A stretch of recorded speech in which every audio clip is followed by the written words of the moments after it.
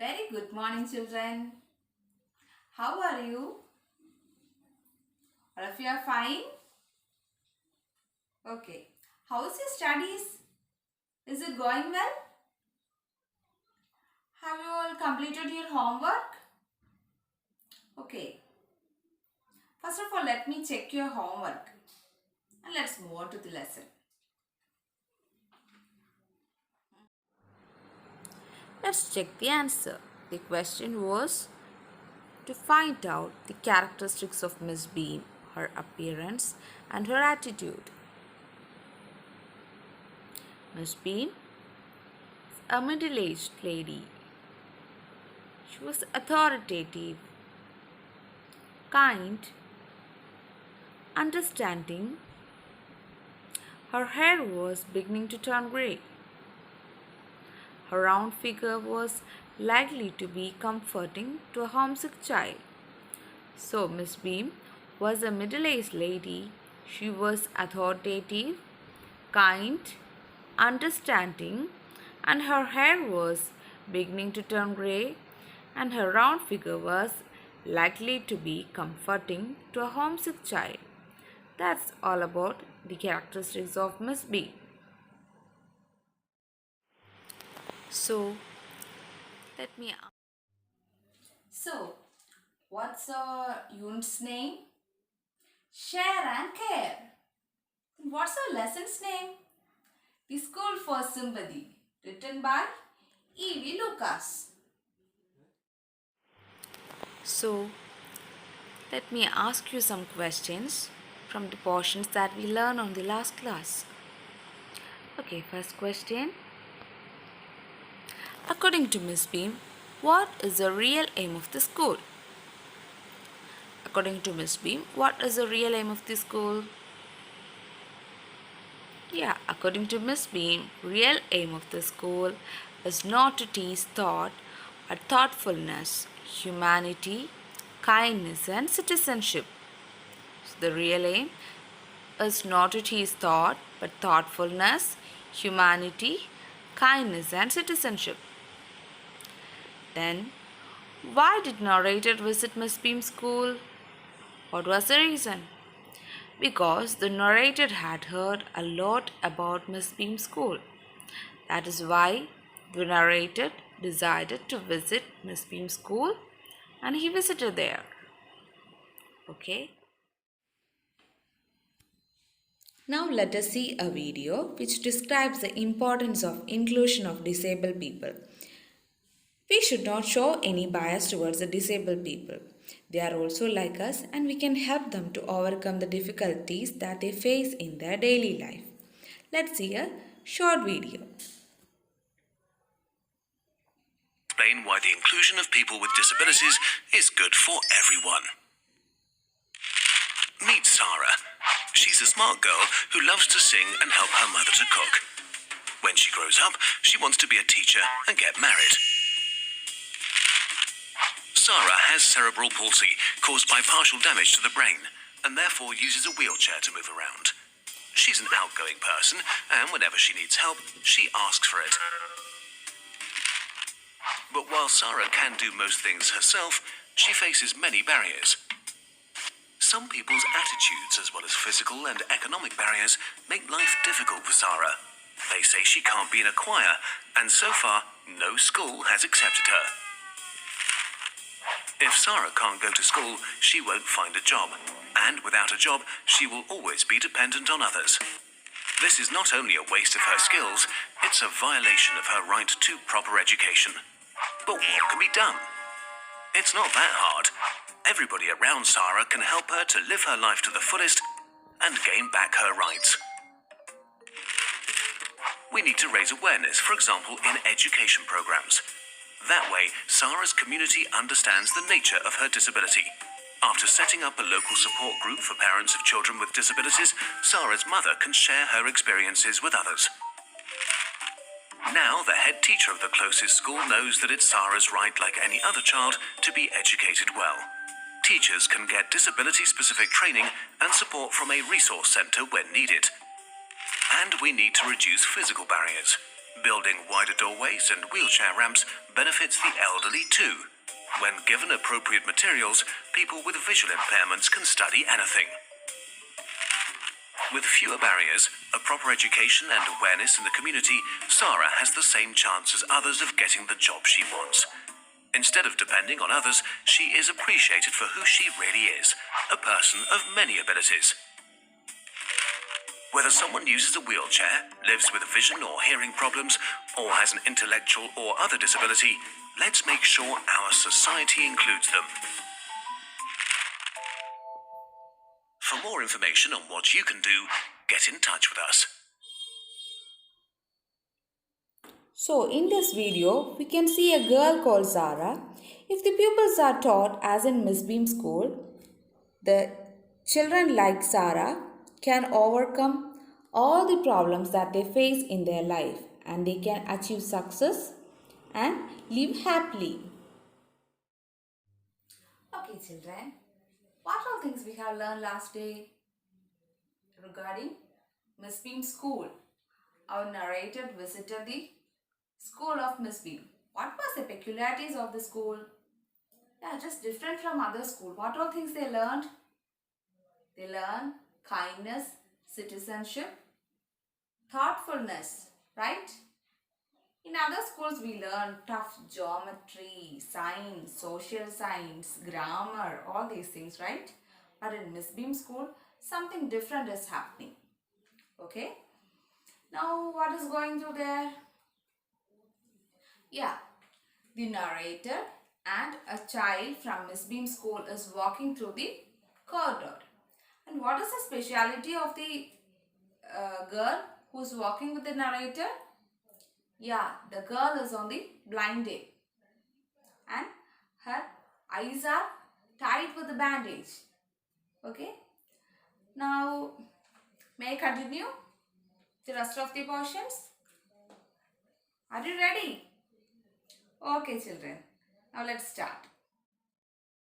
Now, children, take your call. Children, now let us read the rest of the portion from the chapter The School for Sympathy by E.V. Lucas. Okay, let's start. Are your guides kind to you? I asked. Pretty good.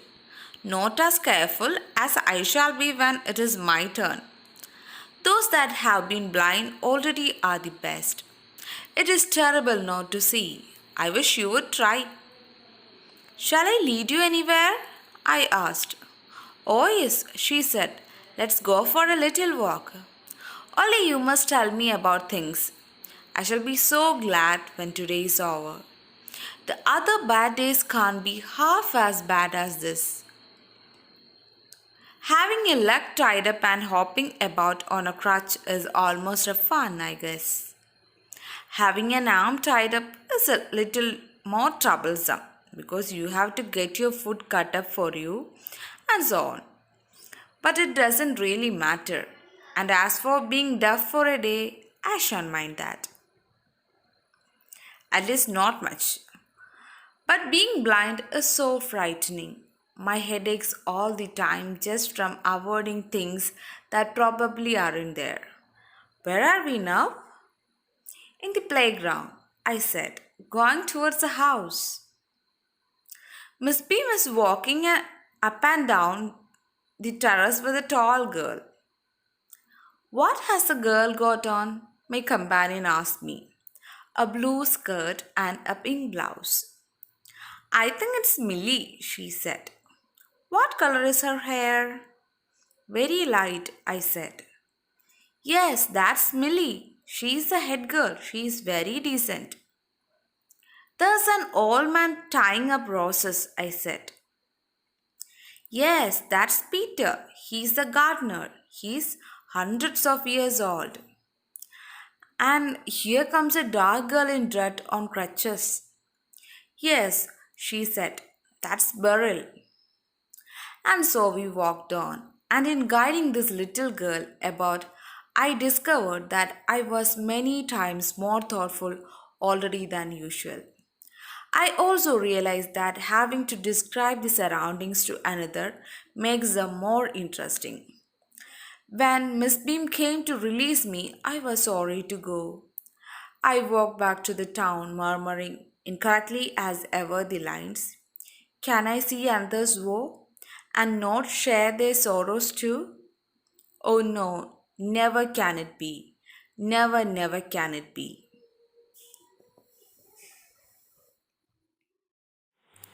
Now, let's discuss the glossary.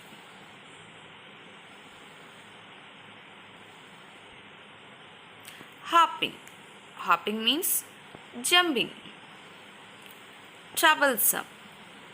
Troublesome means causing trouble.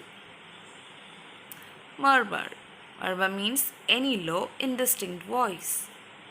So, hopping means jumping, troublesome, causing trouble, murmur, any low, indistinct voice. Now, I will ask you some questions. First question: I shall be so glad when today is over. Why does the girl feel so? Because the other bad days cannot be half as bad as a blind day. It will be terrible for her not to see. So for the girl, the blinder is terrible. So she will be glad when today is over. Next question: why does the girl think that having an arm tied up is a little more troublesome? So why does the girl think that having an arm tied up is a little more troublesome? Answer is, the girl thinks that having an arm tied up is a little more troublesome because with her own arm tied up, she may not be able to do anything without the help of others. She may need help even to cut up her food. The girl thinks that having an arm tied up is a little more troublesome because with her own arm tied up, she may not be able to do anything without the help of others, and she may need help even to cut up her food. Next question: how the girl identified Millie? How the girl identified Millie? The girl identified Millie with the help of some clues. She was told that the girl was wearing a blue skirt and pink blouse and her hair was very light.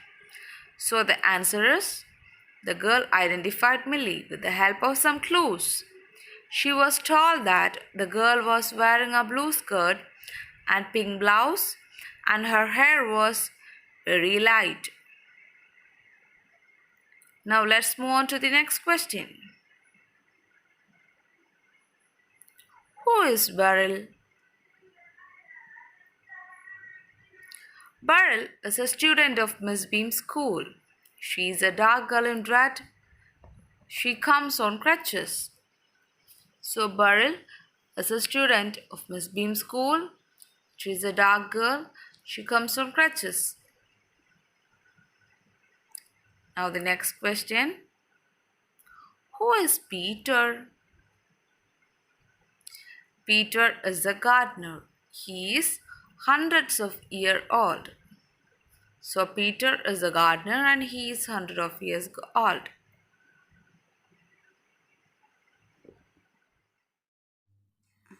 Okay, children.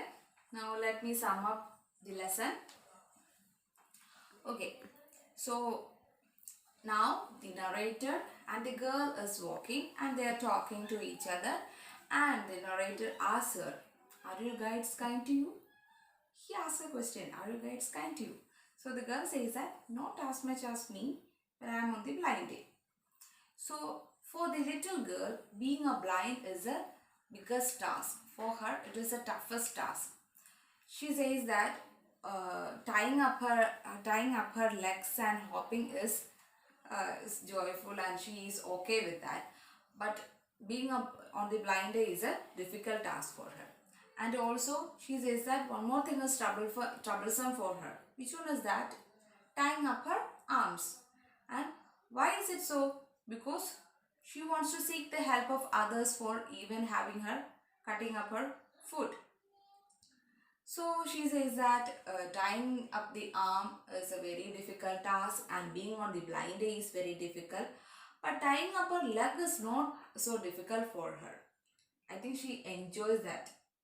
She says that it is somehow okay, and being deaf is also okay. But for being on the blind day and being on the tying up her arms is also very difficult for her. And then again, what is happening there? Yeah, the girl and the narrator is walking through the corridor. And the narrator says about the incidents happening there, and the girl identifies all those things.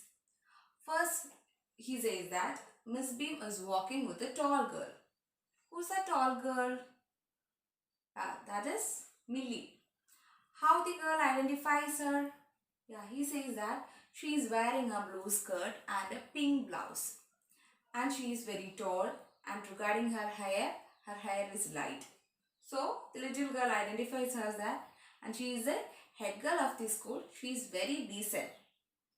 And then again they walked, and now the narrator is a guide for that little girl. Then there they saw the gardener. And who's the gardener? The gardener is Mr. Peter. Peter is 100 of years old. And then who's there? One more girl, that is Beryl. What is the peculiarity of Beryl? Beryl is on crutches. So she is on the crutches. She is also with a different task. That is, she is on a crutches. And what is the peculiarity? Another peculiarities. What is that? She is dark, is on red, and the crutches. Okay. Now all these things are going on smoothly, but now Miss Beams comes there to release him. That is, his visiting time is over. Now he want to go out. But the narrator is not so happy for going out from that school, because he is enlightened. He has got some good qualities. He is ready to imbibe some qualities from there. He is very happy to be there. He enjoys guiding that little girl. Now, the narrator views the school as a wiser person. How he become wiser after visiting a school? Because he gets an opportunity to help a person who is in an unpleasant condition. That is a very good thing, right? So he become wiser. The narrator visits there only for just for seeing what is happening there, and the school, he had heard a lot about that school. That's only why, because he visits there. But after visiting there, he is reluctant to leave there. He is not ready to leave. He wants to spend much more time there, because he is satisfied. He is enjoying guiding others and helping others. All these things he is enjoying. So we can say that Miss Beam's school is a pioneer. She is a pioneer in such a method. In this lesson, the school for sympathy, we have learned many things. Helping others is not a burden. It is a very good quality. It gives us satisfaction, and it makes us wiser. But at times we are not ready to help others. Why is it so? Because sometimes we become selfish. But we should understand the fact that we should always help others, and we should show some sympathy for others who are in a pitiful condition, especially towards the disabled people. In schools, in roads, in our society, we should show some respect, and we should treat all as equal. We should show some respect towards others, and we should be kind to others. That is the goal of Miss Beam School. We see a little girl who is on her blind day. She is not comfortable, but she is ready to continue. That is the goal of Miss Beam School, right? She is successful when the girl is ready to continue on that stand all the day. So there the teacher is successful because what she taught, she has imbibed it and she is ready to implement it. That is the success of Miss Beam School. So now let's do an activity. The activity in our course book. The first activity number 1. The first activity in page number 172. Now, let's do an activity. Read the extracts given below and answer the questions that follow by choosing the correct option. First question. It pains me though to see that they are not also healthy and active looking. First question. Who speaks these words? Option A. Evie Lucas. B. The girl. C. Miss Beam. D. One of the boys. Which is the right answer? Yes, Evie Lucas. Then next question. These words are spoken to dash. Option A, the blind girl. Option B, the dumb girl. C, Miss Beam. D, the author. Which is the right answer? Yes, Miss Beam. Next question. How does the listener react to the statement? Option A, the listener agrees with it. Option B, the listener becomes sad. Option C, the listener gets angry. Option D, the listener laughs and tells the truth. Okay, now tell me the answer. Yes, option D, the listener laughs and tells the truth. Okay, now let's move to the second question. And so we walked on. Gradually, I discovered that I was 10 times more thoughtful and I ever thought I could be. First question. Who are the we referred to here? Option A. The children of Miss Beam's school. Option B. The author and his friends. C. The author and Miss Beam. D. The author and the girl. Do you know the answer? Okay. Option D, the other author and the girl. Now let's move to the next question. Who is the I in the above sentence? Option A, the blind girl. B, the dumb girl. C, the author. And D, Miss Beam. Which is the right answer? Yes, the author.